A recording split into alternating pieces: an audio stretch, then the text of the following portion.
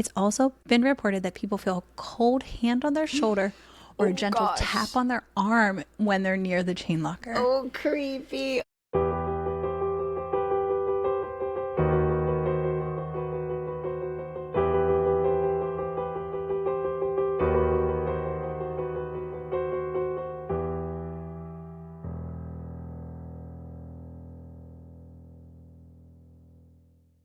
Welcome to this episode of the You Two Scare Me podcast. We're your hosts. I'm Andi. And I'm Felice, and we are coming to you from Key West, Florida. If you're just joining us for the first time, we are two silly, spooky friends who love all the weird and paranormal stuff like ghosts, hauntings, cryptids, UFOs, out-of-body experiences, and anything really weird. Yeah. We know that we don't know anything or really understand anything that's happening with any of this spooky stuff. But we have a deep respect for the unknown and unseen forces at work around us. During our episodes, we make sure to keep it light so it doesn't get too spooky in here. We hope to bring you stories that make you look over your shoulder, question everything, and give you a chill. A quick warning before we begin. This podcast is for entertainment purposes only. Our tales are drawn from folklore, history, and reported experiences, but we don't claim them as fact. Some stories, like this one, may include sensitive topics, so listener discretion is advised. Dive into the shadows with us as we bring you haunting tales in this episode of the You Two Scare Me podcast. Shall we dive in?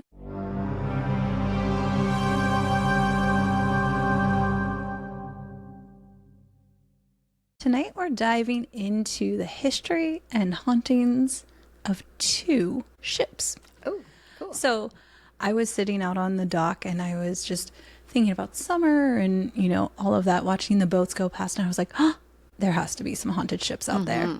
The first one is a sailing ship that I got to go on when I lived in San Diego. Oh, wow. And many years ago. And the other is moored right near your old stomping grounds of Alameda. Oh, cool. Very cool. So tonight we're talking about the tall ship, the Star of India, which is actually the world's oldest active ship, and the infamous USS Hornet. Okay, cool. Did you ever visit it? No. Okay. I didn't. No. Well, here we go. Wait, did I? Wait a second. Maybe I did. It seems like maybe on Coast Guard Day or something. I don't know. I'm not sure. Well, let's start with the older of the two. The Star of India is an iron-hulled sailing vessel originally built in Ramsey, Isle of Man in 1863. It was originally named the Euterpe, after the Greek muse of poetry and music, and it was supposed to be a cargo ship for trade with India. Okay. Unfortunately, the Euterpe's first two voyages were a little rocky. On January 9th, 1864, the Euterpe left Liverpool to sail to Calcutta, commanded by a Captain William John Story. The Euterpe collided with a Spanish brig off the coast of Wales, and it damaged the ship. Whoops. After that, the crew mutinied and refused to continue to sail. They're like, we're not going on this crappy shit. So the ship returns to port for repairs, and 17 members of the crew went to prison for their mutinous behavior. Okay, well, consequences of our actions. So that's like the first voyage. Okay. Then in 1865, the Euterpe was caught in a tropical cyclone, what we would call a hurricane, in the Bay of Bengal. The crew was forced to cut away the masts of the ship so it could survive the storm. Oh, gosh. And miraculously, it survived and they limped it back to port for repair. Oh, my goodness. Captain Story died shortly after the return voyage and was buried at sea. Oh. So it seems like the Euterpe already had some bad juju with it, right? Yeah. But it continued sailing as a cargo ship for many more voyages before being sold in 1871. Then it became a ship used to carry immigrants to New Zealand. And that trip took between 100 and 143 days. So that's a long voyage. It operated like this for 25 years. It was sold in 1898 and renamed the Star of India in 1906. All right. By 1923, steamships had taken over and the Star of India was laid up in California. Okay. They're like, we got better things now. Right. In 1926, the Star of India was sold to the Zoological Society of San Diego with the intent of making it part of a museum and aquarium. Oh, that's cool. The Great Depression happened. Wah-wah. Plans were put on hold. And finally, in 1956, restoration began. Okay. It was finished in 1976, and the Star of India set sail in San Diego Bay. Today, the Star of India is docked at the Maritime Museum of San Diego. Visitors... Wait, so it's not an aquarium? No, that didn't pan out. Ooh. Visitors often report ghostly experiences when visiting the Star of India. But the first ghost reports began when the Star of India was still sailing. It's said this particular ghost can be traced back to an incident with a stowaway that occurred on June 29th, 1884, according to the captain's log. It's said a 15-year-old boy named John Campbell was a stowaway on board the Star of India and began working as part of the crew. The captain found out, was like, okay, Yeah. I'll help you. Okay. One day, he climbed up more than 80 feet in the air in the rigging, and he slipped. Oh, no. He hung on tightly to a single rope, but a wave came, the ship lurched, and he fell more than 100 feet to the deck. Oh, no. He was in a coma for 3 days before passing away. Oh. Within days, passenger and crew reported feeling his presence on the ship. Today, encounters with John Campbell continue. People frequently report cold spots, chills, a sorrowful presence, and cold hands on them near the mast where he fell. Oh, wow. Another tragedy happened while it was still operational. In 1909, the body of a Chinese sailor was discovered in the chain locker on board the Star of India. It's debated whether he got caught in the chain or if he was killed and his body was hidden there. He was buried at sea. Frequently, visitors to the ship report feeling extreme cold spots even on warm days right in the area of the chain locker. It's also been reported that people feel a cold hand on their shoulder or a gentle tap on their arm when they're near the chain locker. Oh, creepy. Oh, my gosh. So some people think it's the sailor warning them to step away. Okay. There's another tragic story from when the ship was the U-turb that is often told. When traveling from England to New Zealand, there was a passenger, and he was Army Captain Mick Barnett. He was depressed and drinking heavily on the voyage. After a few days, he slit his own throat.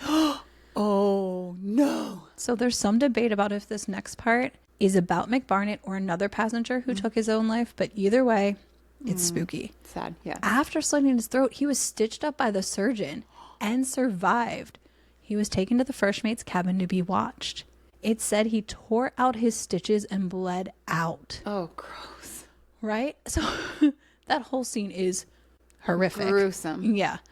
But since then, visitors to the Star of India have reported a heavy feeling of uneasiness in the first mate's cabin. I'll say. There are also reports of a dark shadow moving across the cabin. During a 4th grade overnight stay on the ship. Oh, no. One of the teachers staying in the first mate's cabin reported her blanket was ripped from her body in the middle of the night. Oh, no. She also claimed the room grew cold and she felt a strange presence in the room with her. This is why we don't go on field trips overnight. That's why. Oh my gosh. Ghosts. Other reports of paranormal encounters on board the Star of India include experiencing sudden dramatic temperature drops and cold spots. Visitors frequently report smelling the scent of bread baking coming from the galley area, even though the stoves haven't been used for decades. Ooh, that's actually pretty awesome. I love the smell of bread baking. Me too. Also in the galley, the sound of heavy pots rattling has been reported. Wow. So it seems like that the ship's cook is still cooking. Yeah, this ship is very spooky. Yeah. Visitors and paranormal investigators also have experienced other spooky things, like ropes untying themselves without any wind, hearing disembodied voices and footsteps, and even seeing full-body apparitions. Ooh. Security guards and visitors have reported seeing the translucent figures of sailors in 19th century attire standing guard or walking across the deck before vanishing. Oh, that's crazy. When I was there, I didn't experience anything, but it did feel heavy and vibey. Yeah. You know? Mm-hmm. A little dark, a little atmospheric. Oh, okay. All right, let's move on to another haunt in California. Okay. The USS Hornet. She's 872 feet long, docked at Pier 3 in Alameda, California. Yes. Directly across the bay from San Francisco. Okay. Her flight deck is the length of 3 football fields. During the day, the USS Hornet is a museum with lots of visitors like school groups, veterans, and tourists who come to learn history and take photos next to retired fighter jets. Okay. Who doesn't love a good fighter jet? Yeah. I mean, really. At night, several times a year, the Hornet becomes the site of paid overnight ghost tours with a wait list. Wow. Multiple television crews have brought thermal cameras, EVP recorders, and psychics aboard her decks. Docents who work there report things they can't explain. So do a lot of the visitors. Let's start with some of the documented history. Okay. So the USS Hornet was CV-12, an Essex-class aircraft built in Newport News, Virginia. Okay. She was commissioned November 29th, 1943, right in the middle of World War II, and named in honor of an earlier USS Hornet that had been sunk at the Battle of Santa Cruz a year before. According to the Naval History and Heritage Command, the Hornet served throughout the Pacific Campaign and earned 9 battle stars for her World War II service. Over the course of the war, her air group was credited with destroying over 1,400 Japanese aircraft and more than 1 million tons of enemy shipping. 10 of her pilots received Ace in a Day status, which means they had 5 or more aerial victories in a single day. Wow. That's big time. That's pretty incredible. The Hornet took part in major campaigns including the Marianas and Palau Islands and the Battle of the Philippine Sea. Life aboard an Essex-class carrier was dangerous, not just from combat, but also from the ship's own machinery and operations. Okay. Flight decks in this era were considered some of the most hazardous workspaces due to the steam catapults, the arresting cables that are under enormous tension, and jet and propeller wash powerful enough to sweep a man overboard. Okay. There also are boiler rooms that if a steam line ruptured, steam escaped at over 1,500 degrees Fahrenheit. Wow.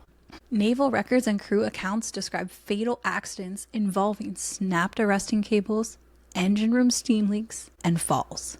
After the war, the Hornet was placed in reserve in 1946 and reactivated for the Korean War era, modernized to operate jet aircraft, and later converted to serve as an anti-submarine warfare carrier. She even saw service off Vietnam in the 60s. In 1969, the U.S. Navy selected the Hornet as the primary recovery ship for Apollo 11. Oh. So that was the first lunar landing. Uh-huh. Wink, wink. And on board the Hornet were astronauts Neil Armstrong, Buzz Aldrin, and Michael Collins after their module splashed down in the Pacific. Pretty cool. The astronauts were brought aboard and spent time in the quarantine trailer on the deck before being transferred to the Lunar Receiving Laboratory in Houston. The Hornet also recovered astronauts from Apollo 12. So it has impressive. quite a history. Yes.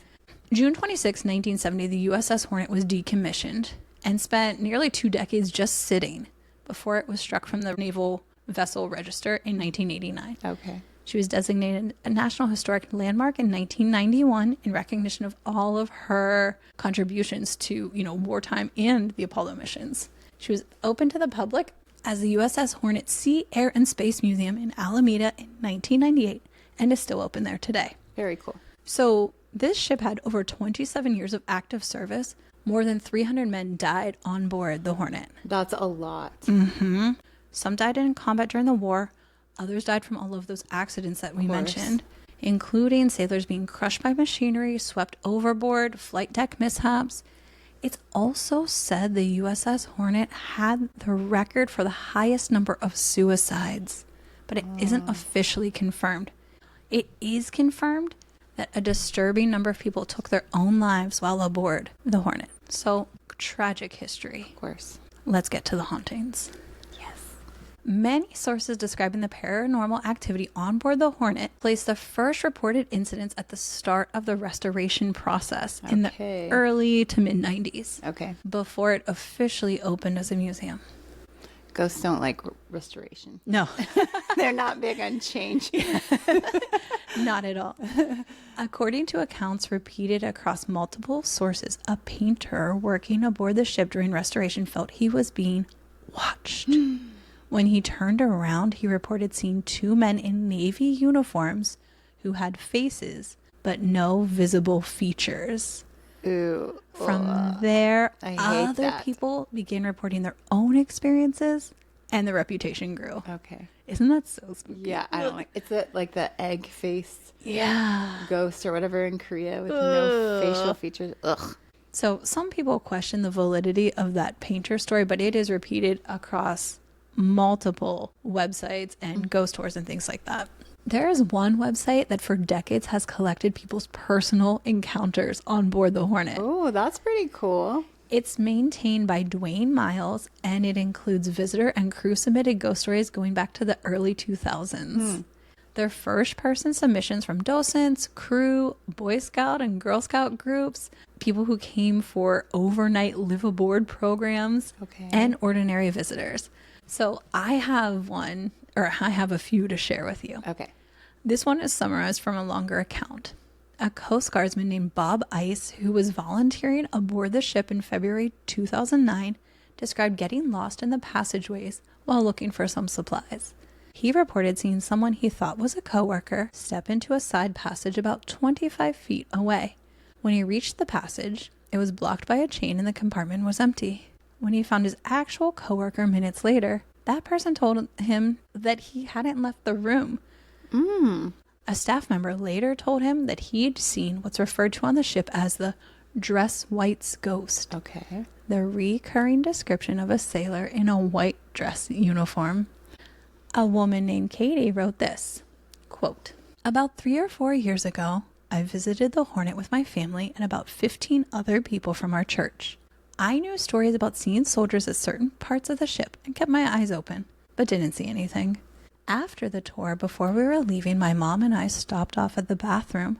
We were the only ones in there, and when we went to wash our hands, we were chatting. When we got over to the sinks, we could hear 2 guys talking. One of them actually sounded like a kid, perhaps. They were pretty loud. Not loud enough to understand what they were saying, but loud enough that we noticed and had to talk over them. We figured there was a men's restroom next door to the women's, but when we walked out, there wasn't. So we just figured someone must have been outside talking and we just didn't see them. A few months later, we were watching a ghost show and they talked about the Hornet. Sure enough, they showed the bathroom we were in and talked about reports of men talking near the sinks." No way. Oh my gosh. It was very creepy, and I for sure will never go there at night for one of those overnighters. Oh, that's pretty crazy because they didn't think anything of it, and then they found out later Right. what the story was. Their experience was validated. Yeah, that's interesting. Yeah. Another man named Ryan Garrett shared his account.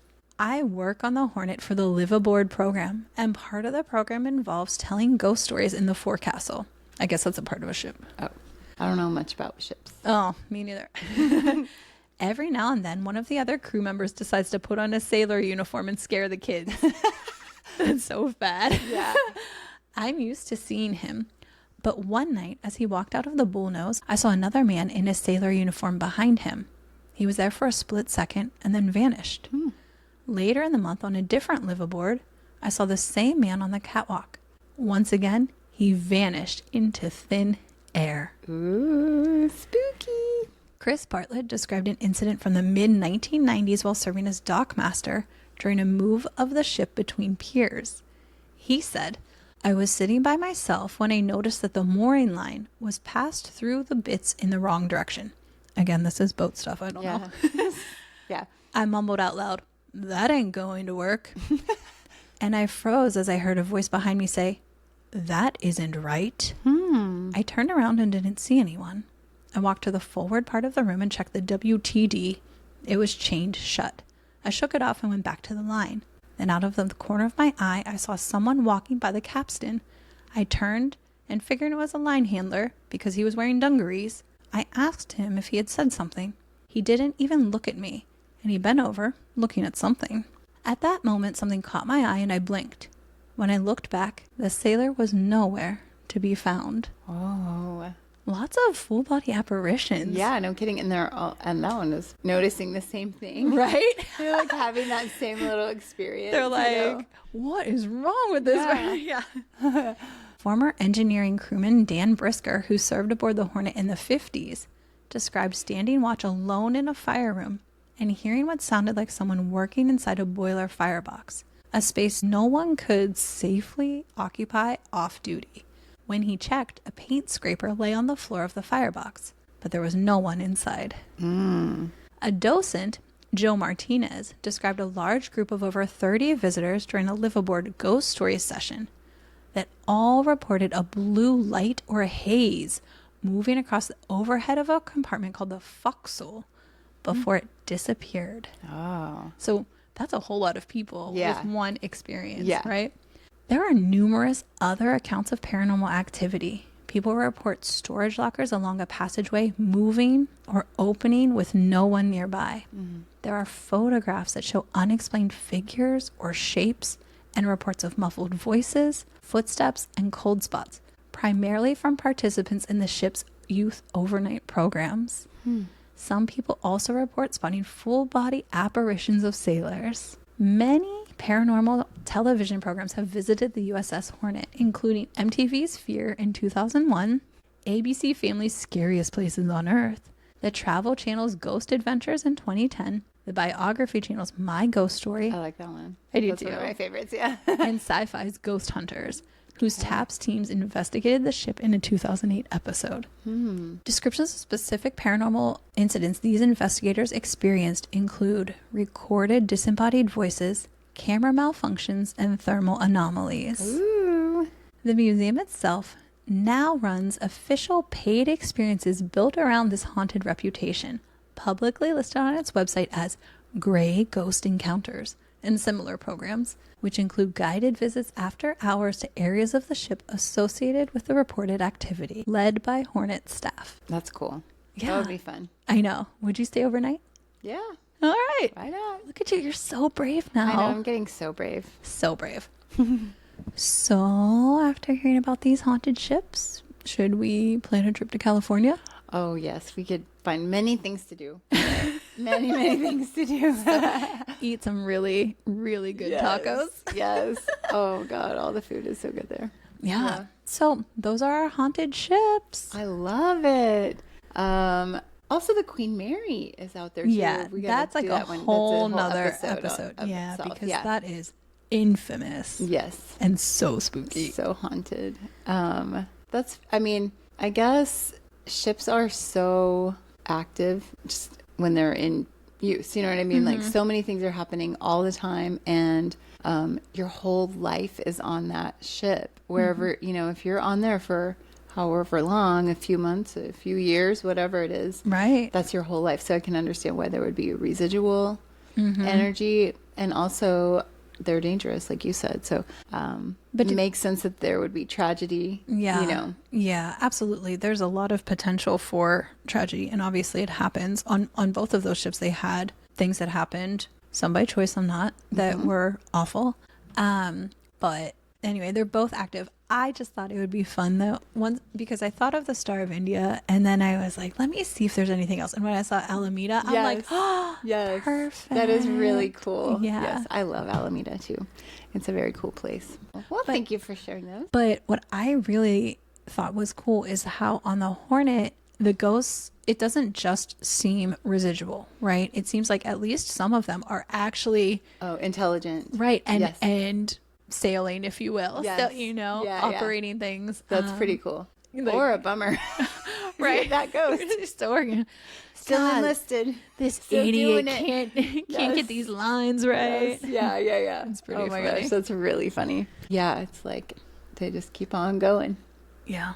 I don't know. I don't want to be a working ghost. No, me neither. I do not, no matter what the job. I want to be a relaxation ghost, a lay around ghost on the beach or at a hotel, a room service ghost, if you will. And I will. On the receiving end. All right, are you ready for Somebody Told Me? I'm ready.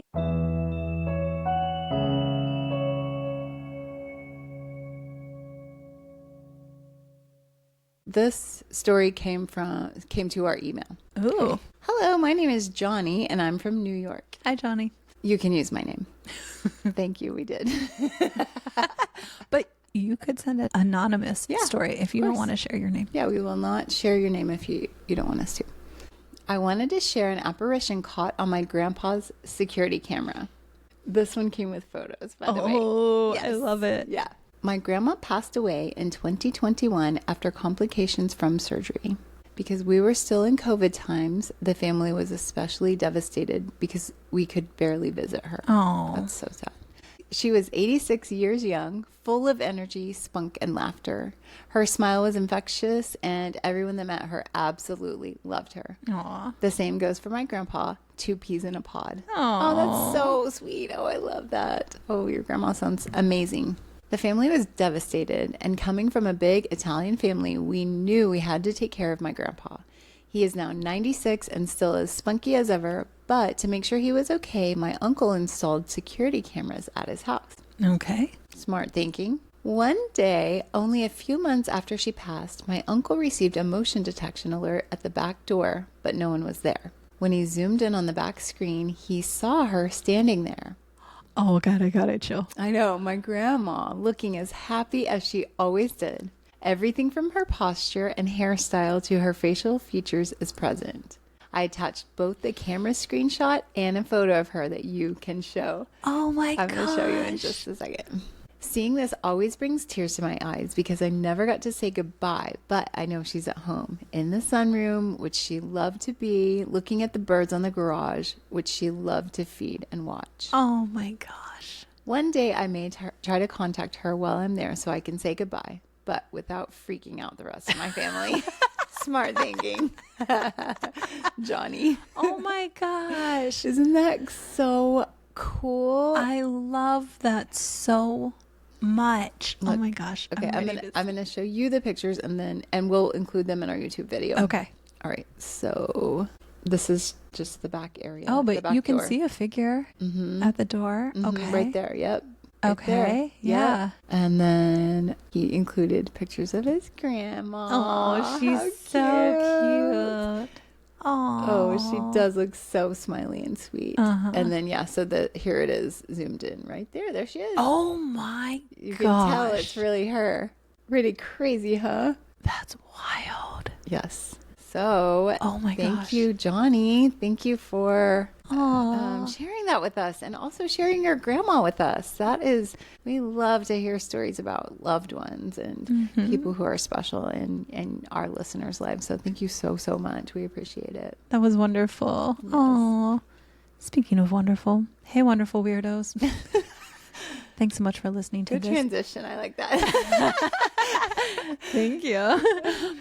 Thanks so much for listening to this episode of the You Two Scare Me podcast. Listeners, you can help support us by telling everyone you know about our podcast. Tell your kid's teacher, that's coming up soon, your grandma, your Uber Eats driver, anyone. Every new listener and download really helps us, and every like and follow and subscribe. And comment everything. Everything. Please subscribe and leave a 5-star review. We could really use some new reviews on Apple, Spotify, and YouTube. We Yes. love to read your kind words, and it makes our little hearts so happy. Not to mention, it helps other listeners find us. Yes. Don't forget to check out our website for You Two Scare Me merch. We got a bunch of new designs as well as our classic logo shirts, stickers, mugs, and more. You can also find episode notes and photos. And don't forget to follow us on social media. Find us on Instagram at you2scareme_podcast, on Facebook at you2scareme, or on TikTok at you2scareme podcast, no spaces. Remember to send us your own stories of encounters with loved ones, hauntings, cryptids, fairies, UFOs, glitches in the Matrix, or anything creepy and strange for our Somebody Told Me segment at you2scaremepodcast@gmail.com.